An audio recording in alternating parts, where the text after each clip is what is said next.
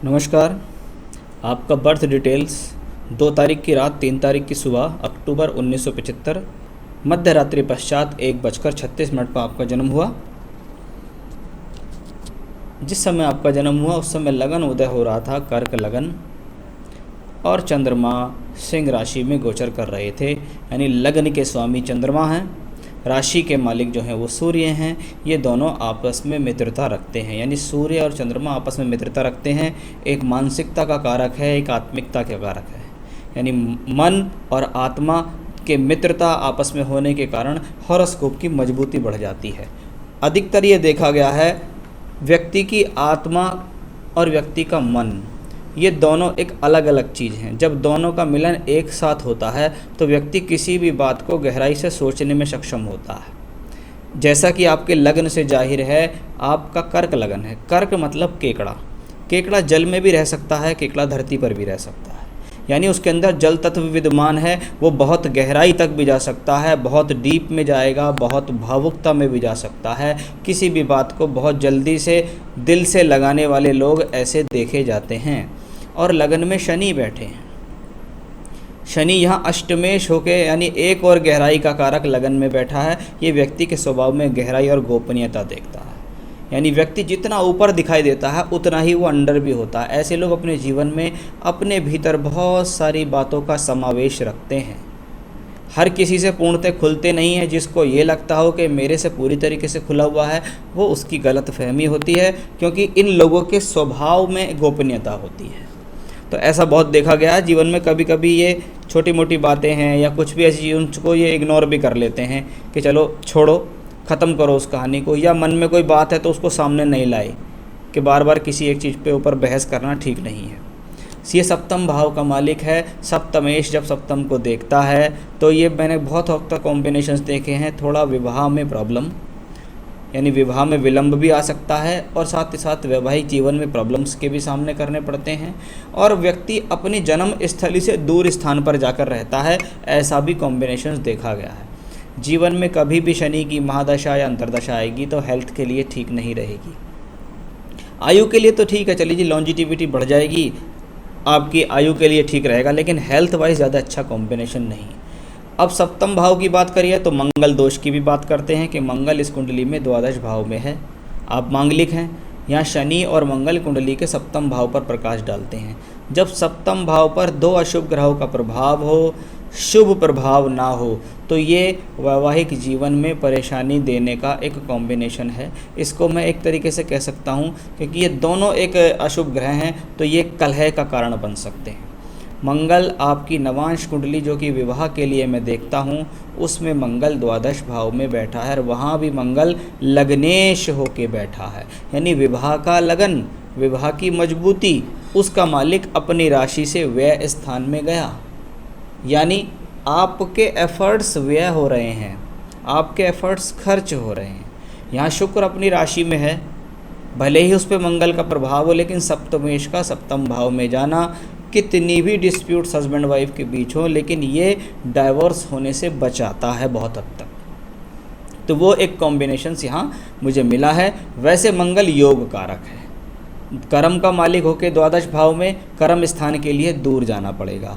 पंचमेश होके द्वादश में एजुकेशन को थोड़ा रोक कर चला सकता है, एजुकेशन के लिए दूर स्थान पे जाना, और कभी कभी ये स्थिति संतान प्राप्ति में समस्या भी देती है। भाग्य मालिक बृहस्पति है, भाग्य स्थान में बैठा है। धार्मिकता के लिए अच्छा, भाग्य के लिए अच्छा, अच्छे सात्विक कार्यों के लिए अच्छा, धार्मिक चीज़ों में बढ़ चढ़ के भाग लेना, अपनी दशा काल में टूर ट्रैवलिंग आदि करना भी बृहस्पति में बहुत हद तक सक्षम है। ये बृहस्पति आपको लाइफ सेविंग पॉइंट देता है, क्योंकि इसका संबंध लगन से हो रहा है। ये शनि से संबंधित पड़ने वाले जो दोष हैं उनको कम करता है। शुक्र चंद्रमा का कॉम्बिनेशन शास्त्र में लक्ष्मी योग के नाम से भी जाना जाता है, कि किसी कुंडली के अंदर चंद्रमा और शुक्र यदि एक साथ हों, ऐसा व्यक्ति जीवन पर्यंत अच्छे सुख साधनों का भोग करता है। जिस घर में पैदा होता है वहाँ लक्ष्मी आती है, जहाँ जाता है वहाँ लक्ष्मी आती है। यानी यह धन के हिसाब से बहुत अच्छा कॉम्बिनेशन है। चंद्रमा लग्नेश हैं, धन भाव में गए हैं, यानी धन के लिए अच्छा, वाणी से धन कमाने का कॉम्बिनेशन। कुटुंब से धन कमाने का कॉम्बिनेशन, यानी कुटुंब के लोगों से, घर परिवार से व्यक्ति का रुझान काफ़ी डीपली अटैचमेंट होता है। अब यहाँ शुक्र चतुर्थेश हैं और एकादशेश ही हैं, ये धन योग बन रहा है सेकंड हाउस में, यानी भूमि जमीन जायदाद वाहन सुख तो मिलेगा ही। ऐसा व्यक्ति अपनी वे ऑफ टॉकिंग से, अपनी वाणी के बल पर जीवन में अच्छा धन कमाने में सक्षम है।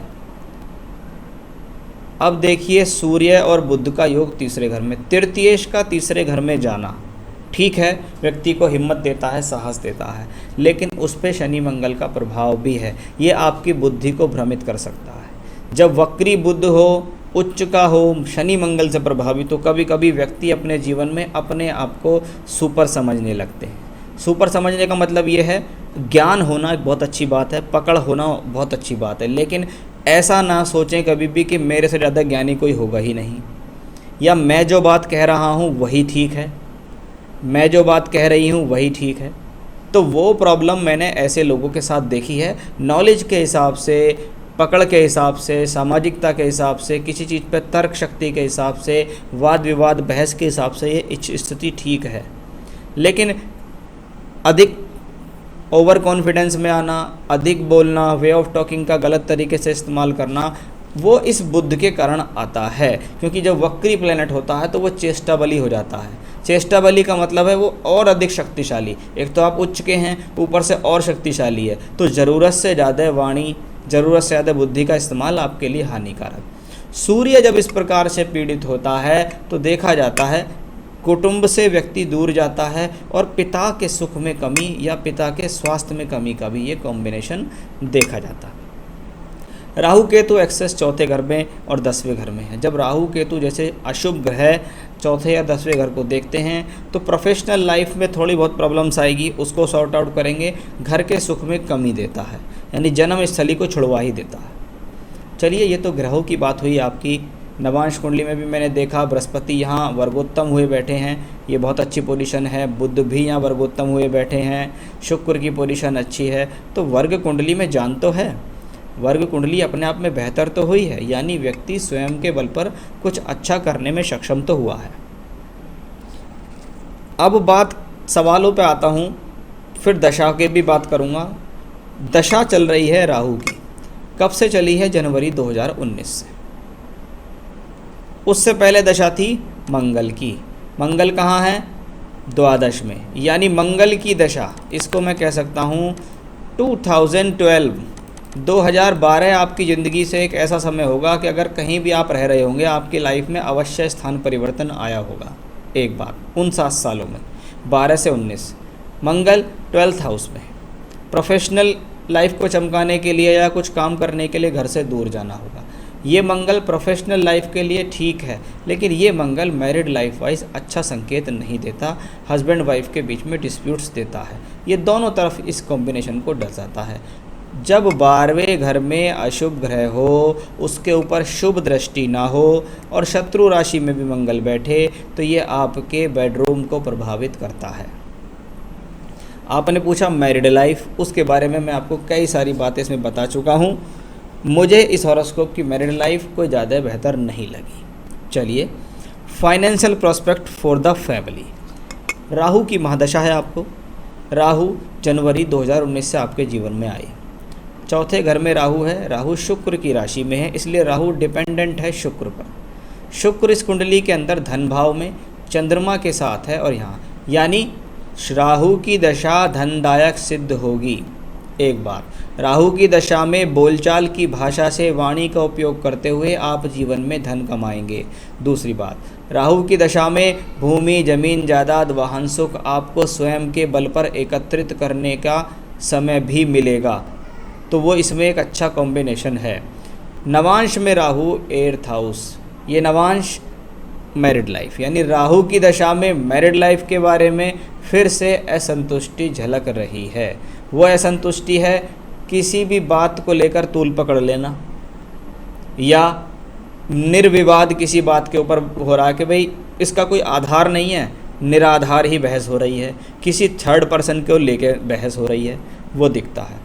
अब राहु दशमांश कुंडली में 12th हाउस में, 12वां घर दूर स्थान यात्राएं विदेश के लिए जाना जाता है।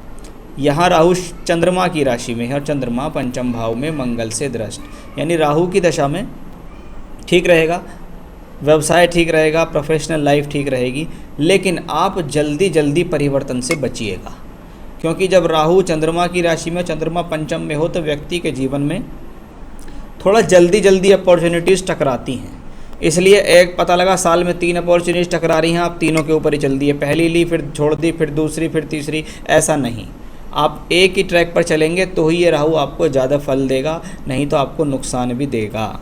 यानी ऐसी दशा में ज़रूरत से ज़्यादा बुद्धि का इस्तेमाल हानिकारक रहेगा। फाइनेंस के तौर पे राहु आपको फाइनेंस अच्छा देगा, पैसा देगा, भूमि जमीन जायदाद का होगा। फ्यूचर इन जनरल मेरे हिसाब से राहु की दशा की जो कमियां हैं वो मैंने आपको बताई, बाकी कोई बड़ी प्रॉब्लम्स इस राहु की दशा के अंदर नहीं दिखाई दे रही। हेल्थ वाइज देखें तो थोड़ा सा समस्या का विषय है, क्योंकि राहु की पोजीशन नवांश में 8th हाउस में है, थोड़ा है, कोई बहुत बड़ा समस्या मुझे यहाँ दिखाई नहीं दे रही है। कभी कभी मैंने देखा है जब 7th हाउस पे शनि मंगल दोनों का प्रभाव हुआ और शुभ प्रभाव ना हो तो महिलाओं से संबंधित रोग भी आपको परेशान कर सकते हैं। अभी राहु में राहु अक्टूबर 21 तक चल रही है, राहु केतु का ट्रांजिट द्वादश भाव में चल रहा है। अभी अक्टूबर 2020 तक ये सिचुएशंस हेल्थ के लिए, वेल्थ के लिए, मैरिड लाइफ के लिए, आकस्मिक खर्च के लिए, आर्थिक परेशानी को झलकाती है। लेकिन उसके बाद राहु केतु का ट्रांजिट यहाँ चेंज हो जाएगा और यहाँ आ जाएगा, तो ये स्थिति आपके लिए ठीक है, कोई ख़राब स्थिति नहीं है। ओवरऑल राहु अपने आप में बहुत पावरफुल है, इसमें कोई भी डाउट नहीं है। तो आपने जो सवाल मुझसे पूछे उसके बारे में मैंने जानकारी दी है। अभी देखिए आपको आगे राहु में बृहस्पति भी आने वाली है, अक्टूबर 21 से फरवरी 24 बहुत अच्छा पीरियड होगा आपकी लाइफ में राहु में बृहस्पति का। ख़ास तौर पे फाइनेंशियली और प्रोफेशनली आप जीवन में तरक्की करेंगे ही करेंगे। वो समय अक्टूबर 21 से फरवरी 24 आएगा और अपने आप में अच्छा समय वो होगा। तो ये था आपकी हॉरोस्कोप का एनालिसिस, आपकी कुंडली के ग्रहों के बारे में बताया।